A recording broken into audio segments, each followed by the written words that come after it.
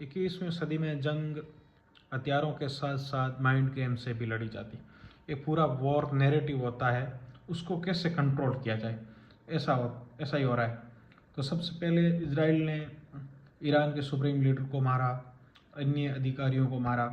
उसके पूरा mind game जो ईरान के लोग हैं वहाँ, उसकी फोर्स पर हैवी होने की कोशिश की। और लगातार इजराइल की फोर्स IRGC ये दावा कर रही थी कि ईरान में ये नुकसान हुआ, उसको मार दिया, वो कर दिया। इसके बाद अब ऐसा एक वॉर है हो रहा है, माइंड वॉर हो रहा है कि ईरान दावा कर रहा है कि उसने इजराइल के जो प्रधानमंत्री है बेंजामिन नेतन्याहू वो उनके मिसाइल अटैक में मारे गए।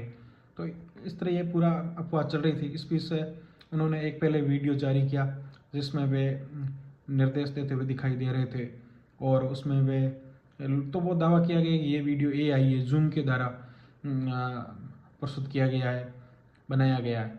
फिर इस बात को लेकर अफवाह चल रही थी, तब वे एक कॉफ़ी शॉप में दिखे और वहाँ लोगों से मिलते हुए दिखाई दे रहे हैं और कॉफ़ी का ऑर्डर दे रहे हैं, और वे वहाँ पर लोगों से मजाक बात करें, मैं मरा हुआ हूँ, मैं कॉफ़ी पीने आया हूँ मरा हुआ। तो उसमें ऐसा दावा किया गया कि उनके उंगली है जो हाथ की सह दिखाई दे रही है।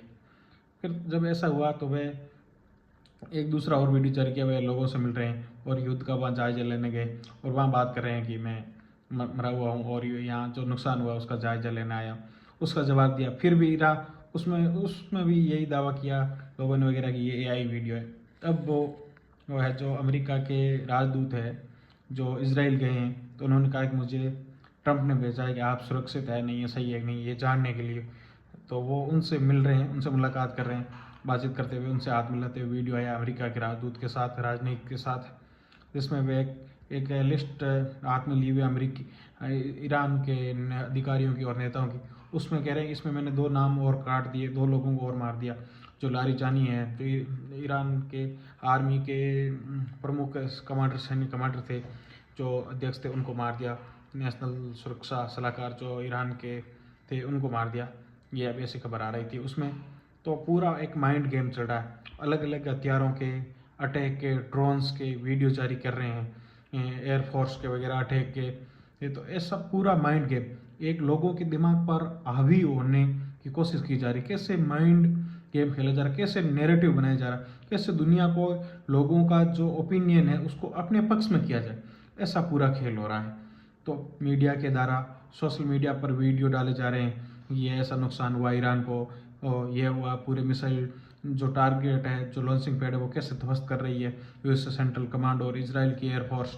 और ईरान दिखा रहा है अपनी वीडियो जारी करके मिसाइल से कैसे उसने इजराइल में उनके ठिकानों को ध्वस्त किया है, खाड़ी देशों में कैसे सैन्य पोर्ट अमेरिका के वगैरह उनको ध्वस्त किए, इराक में जो इराक की राजधानी बगदाद में वहाँ जो अमेरिका का जो राजदूत भवन था, तो उस पर कैसे अटैक किया ड्रोन से।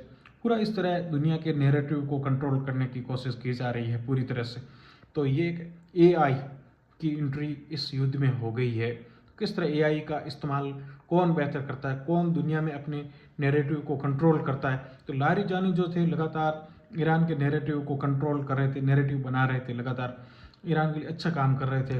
लेकिन अब ऐसी खबर आ रही है कि इजराइल ने एक मिसाइल हमले में उन्हें मार दिया है। और अभी तक ईरान की तरफ से ऐसी कोई पुष्टि नहीं हुई है, लेकिन इजराइल लगातार अभी ये दावा कर रहा है।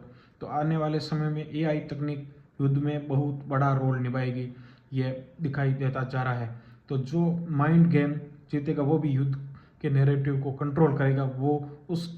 जब वो कंट्रोल कर लेगा तो जो लड़ने वाली फौज होती है, सेना के अधिकारी होते हैं, उन पर एक असर पड़ता है कि हमें ये नुकसान हो रहा है, हम कहीं पीछे तो नहीं जा रहे हैं। तो इस तरह पूरा ये नैरेटिव होता है।